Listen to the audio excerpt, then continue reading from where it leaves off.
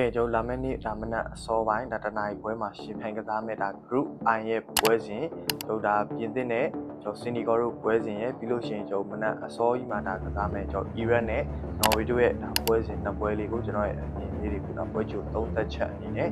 ပရိသတ်ကြီးနဲ့တူတူဆွေးနွေးသုံးသက်ပြီးတော့ကျွန်တော်ရဲ့အမြင်လေးတွေကိုတင်ဆက်ပေးသွားမှာပဲဖြစ်ပါတယ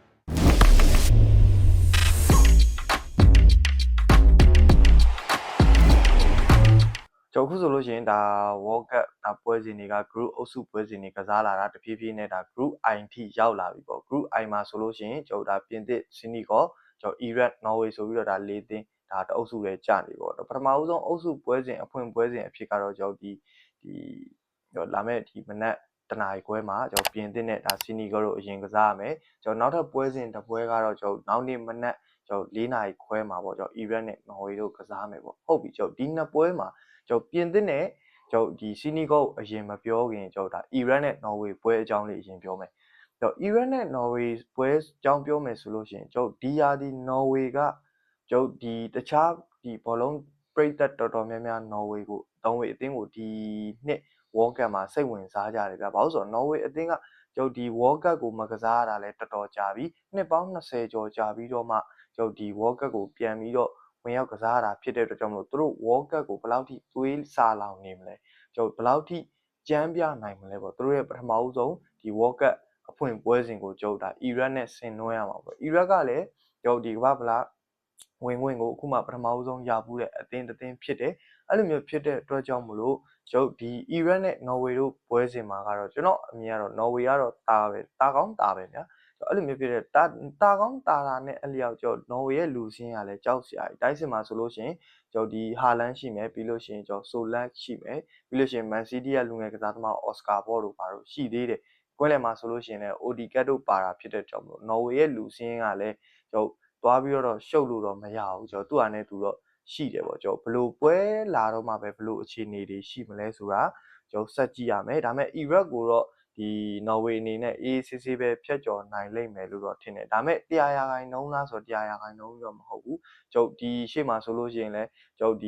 မထင်မှတ်ထားတာတွေလောက်ပြခဲ့တယ်ဗျအောက်သင်းတွေကနေပြီးတော့ပြန်ပြီးတော့နိုင်သွားတဲ့ဟာတွေအများကြီးရှိတယ်ကျွန်တော်ဒီ Australia နဲ့ကျွန်တော်ဒီတူရကီနဲ့ပွဲမှာဆိုလို့ရှိရင်လည်း Australia 2-0နဲ့ပြန်နိုင်တယ်ပြီးလို့ရှိရင်ကျွန်တော်ဒီ Switzerland နဲ့ Qatar နဲ့ပွဲစဉ်မှာဆိုလို့ရှိရင်လည်း Switzerland အနိုင်ရနေရနေမှာနောက်ဆုံးမိနစ်ကျွန်တော်ဒီအသေးခွဲကိုတွေကြောင့်တရေတမှတ်ပဲရခဲ့ရတယ်ပြီးလို့ရှိရင်ကျွန်တော်နယ်သာလန်နဲ့ဂျပန်တို့ပွဲဆိုလို့ရှိရင်လည်းနောက်ဆုံးမိနစ်6တွေကြောင့်တရေကျခဲ့ရတယ်ဗျအဲ့လိုမျိုးဖြစ်တဲ့အတွက်ကြောင့်မလို့ Norway အသင်းလည်းဘယ်လိုဖြစ်မလဲဆိုတာတော့မသိသေးဘူးဒါပေမဲ့ဒီကစားသမားလူစင်းနေပြီးလို့ရှိရင်ဒီ ranking တွေအရာကြည့်မယ်ဆိုလို့ရှိရင်အချက်လက်တွေအရာကြည့်မယ်ဆိုလို့ရှိရင်တော့ Norway အသင်းကဘယ်လိုပဲကြည့်တာတယ်ပေါ့ဒါပေမဲ့ဘောလုံးဆိုတာဘာမှမဆိုဖြစ်သွားနိုင်ပါတယ်100%ကြီးတော့ဘယ်ဟာမှတေးကြတယ်ဆိုတာမရှိပါဘူးကျွန်တော်ဘာပဲပြောကျွန်တော် Norway အသင်းကတော့ကျွန်တော်အမြင်မှာဒီပွဲအသာရသွားလိမ့်မယ်လို့ထင်ပါတယ်ပေါ့ပြီးလို့ရှိရင်နောက်ထပ်တကယ်ပွဲကြီးပွဲကောင်းကျွန်တော်ပြင်သစ်နဲ့ Senegalဒီပွဲကကျွန်တော်တို့လုံးဝလက်မလွတ်တမ်းစောင့်ကြည့်ရမယ့်ပွဲစဉ်တစ်ပွဲပြင်သစ်အသင်းကလည်းကျွန်တော်ဒီလက်ရှိ2026 World Cup မှာချန်ပီယံဖြစ်ဖို့အတွက်ရေပန်းအစားဆုံးအသင်းတစ်သင်း Senegal အသင်းဆိုတာကလည်းလောလောဆယ်ပူပူနွေးနွေးအာဖရိကချန်ပီယံဗျာအာဖရိကချန်ပီယံဖြစ်တဲ့အတွက်ကြောင့်မလို့သူတို့ကိုလည်းသွားပြီးတော့ပေါ့ရော့နဲ့သွားပြီးတော့ကစားလို့တော့မရအောင်ပြင်သစ်အနေနဲ့တတိထားမယ့်ဟာတွေရှိတယ်ပြင်သစ်ကိုလည်း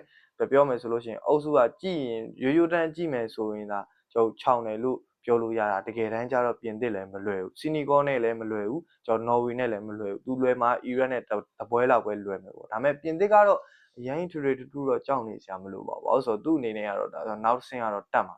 ပဲပြင်သစ်ကအုပ်စုဘိုးပဲရဖို့များလိမ့်မယ်ဒါပေမဲ့ကျွန်တော်ပြောချင်တာဗျာသူတင်ကိုတင်ကစားမယ်ဆိုတဲ့အနေထားကိုပြောချင်တာကျွန်တော်စီနီဂေါကလည်းခေသူတော့မဟုတ်ဘူးသူလုံးပြခဲ့တဲ့အရာတွေကရှေ့မှာကျွန်တော်ဒီအာဖရိကဒီပွဲစဉ်တောက်လျှောက်မှာကျွန်တော်စီနီဂေါတော်တော်ကြီးကိုကောင်းတယ်ဗျာမော်ရိုကိုလိုအသင်းမျိုးကိုတော့ဒ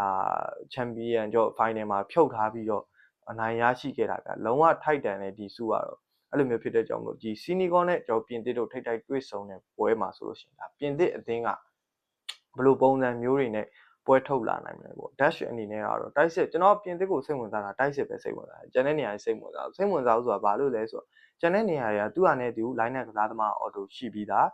ဒါပေမဲ့ဒီတိုက်စစ်နေရာအတွက်ကျွန်တော်ပုံသေးရွေးထားလို့ရတဲ့ကစားသမားဆိုတာမရှိဘူးပြင်သစ်မှာကျွန်တော်အကုန်လုံးကကောင်းနေတယ်ဆိုတဲ့ကစားသမားတွေပဲမင်းဒီတယောက်ကို100မှာ 100မှာမင်းဘယ်နှမှတ်ပေးမလဲဆိုလို့ရှိရင်69မှတ်လောက်ရတဲ့ကစားသမားတွေကြီးပဲပြင်သစ်ရဲ့တိုက်စစ်မှာစုဖွဲ့ထားတာအဲ့လိုမျိုးဖြစ်တဲ့အတွက်ကြောင့်မလို့ပြင်သစ်ရဲ့တိုက်စစ်ကဘယ်လိုတွေပွဲထွက်လာမလဲဆိုတာကတော့စိတ်ဝင်စားတယ်တေချာပေါက်ကတော့ Olise လိုင်းနဲ့ရမယ် Dembele လိုင်းနဲ့ရမယ်အဲ့လိုမျိုးဖြစ်တဲ့ကြောင့်မလို့ဒီပြင်သစ်ရဲ့တိုက်စစ်နဲ့ပတ်သက်ပြီးတော့နည်းနည်းလေးစိတ်ဝင်စားတယ်ပေါ့အဲ့လိုမျိုးဖြစ်တဲ့ကြောင့်ပရိသတ်တွေမြန်မာဆိုလို့ရှိရင်ပြင်သစ်ရဲ့ဒီတိုက်စစ်ပိုင်းမှာဘယ်ကစားသမားတွေက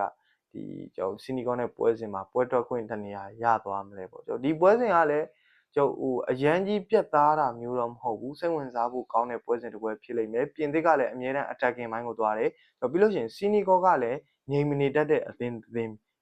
သူ့ကိုတိုက်လို့ရှိရင်သူကလည်းပြန်ပြီးတော့ဖွင့်တိုက်တတ်တဲ့အသင်းဖြစ်တဲ့အတွက်ကြောင့်မလို့ဒီပွဲစဉ်ကတော့ကျွန်တော်သွင်းကိုတွေကျွန်တော်နှစ်ဖက်အသင်းရဲ့သွင်းကိုတွေအပြန်အလှန်ထိုင်ရည်နေရမယ်ပွဲပေါ့ကျွန်တော်ဒီ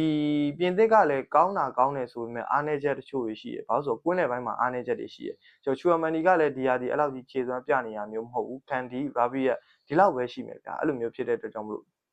ဒီပြင်သစ်ရဲ့ကွင်းလယ်မှာအားနည်းချက်တချို့ရှိတယ်ဒီအားနည်းချက်တွေကိုကောင်းကောင်းအသုံးချပြီးတော့စီနီကောအနေနဲ့ပြင်သစ်ကိုမဖြစ်နိုင်ဘူးဆိုတဲ့အရာတွေကိုလုပ်ပြသွားမလားဒါမှမဟုတ်ပြင်သစ်အသင်းကပဲကျွန်တော်စီနီကောအသင်းကိုသူတို့လုံထုံးလုံနည်းပုံစံအတိုင်းပဲပညာသားပပနဲ့စီနီကောကိုအေးစစ်စစ်လေးအနိုင်ယူသွားမလားပေါ့ကစားသမားတွေတန်ရာမရဘဲနဲ့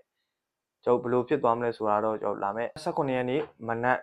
တနာရီခွဲမှာဒီပြင်သစ်နဲ့စီနီကောလို့ပွဲလေးကိုဒါလက်မလွတ်တမ်းအားပေးဖို့တိုက်တွန်းချင်ပါတယ်ဒီပွဲတကယ်ကြည့်ကောင်းပါပါမယုံမရှိနဲ့ပရိသတ်တွေအိတ်ချင်မှာတော့မဟုတ်ဘူးအိတ်ငိုက်တယ်ဆိုတာဘာမှန်းတော့သိမှာမဟုတ်ဘူးအဲ့လိုမျိုးဖြစ်တဲ့ကြောင့်မလို့ဒီပွဲစဉ်ကတော့ကျွန်တော်အမြင်ရတော့ကျွန်တော်ဒီပွဲစဉ်ပြင်သစ်ပဲအသာစီးရလိမ့်မယ်လို့ထင်တယ်ဟိုသူအရင်တာနေတာတစ်ဖက်ဆောင်းနည်းတော့မဟုတ်ဘူးဗျာသူတင်ကိုတင်ကစားပြီးတော့နောက်ဆုံးမှာတော့ပြင်သစ်ပဲအနိုင်ရသွားလိမ့်မယ်လို့ထင်ပါတယ်ပရိသတ်တွေမြန်မာဆိုလို့ရှိရင်ကျွန်တော်အခုပြောသွားခဲ့တဲ့ Group I ရဲ့ဒါပွဲစဉ်နှစ်ပွဲဖြစ်တဲ့ကျွန်တော်ဒါပြင်သစ်နဲ့စီနီကောတို့ရဲ့ပွဲစဉ်ရဲ့အီရတ်နဲ့ဒါနော်ဝေတို့ရဲ့ဒါပွဲစဉ်နှစ်ပွဲမှာဘယ်အသင်းတွေဒါအနိုင်ရရှိသွားပြီးတော့ဒါ Group I ရဲ့အမှတ်ပေးစရာကိုဦးဆောင်သွားလိမ့်မယ်လို့ထင်တယ်ပရိသတ်ရဲ့အမြင်ကိုကျွန်တော်ရဲ့ comment လေးမှာဝင်ရောက်ဆွေးနွေးပြသွားကြပါအောင်Chelsea တင်းနဲ့ပတ်သက်တဲ့အကြောင်းအရာဘောလုံးကြောင်းအရာတွေကိုတင်ဆက်ပေးသွားမှာဖြစ်တဲ့ကြောင့်မလို့ကျွန်တော်ရဲ့ page လေးကို like and follow လေးလုပ်ထားပေးကြပါဦးအဆုံးထိဝင်ရောက်ရှုပြကြတဲ့ပရိသတ်တယောက်ချင်းတိုင်းကိုကျေးဇူးတင်ပါတယ်ပြီးလို့ရှိရင်ကျွန်တော်ဒီ page လေးကနေပြီးတော့ဒီ World Cup နဲ့ပတ်သက်တဲ့အစီအစဉ်တွေပွဲကြို30ချက်ပွဲပြီး30ချက်စတဲ့ဒီဘောလုံးသတင်းနဲ့ပတ်သက်တဲ့အကြောင်းအရာမှန်သမျှကိုအချိန်နဲ့တပြေးညီတင်ဆက်ပေးနေတာဖြစ်တဲ့အတွက်ကြောင့်မလို့ကျွန်တော်ရဲ့ page လေးကို like and follow မလုပ်ရသေးတဲ့သူတွေရှိလို့ရှိရင်လည်း like and follow လေးလုပ်ထားပေးကြဖို့တောင်းဆိုချင်ပါတယ်နောက်ပိုင်းကြလို့ရှိရင်ဒီဂျာစီလက်ဆောင်ပေးမဲ့အစီအစဉ်တွေလည်းလုပ်ပေးဖို့ရှိပါတယ်အားကြောင့်မလို့အများအားစောင့်ကြည့်ပေးကြပါအောင်အားလုံးကျေးဇူးတင်ပါတယ်ကျွန်တော်ကတော့ကိုဆွဲပါ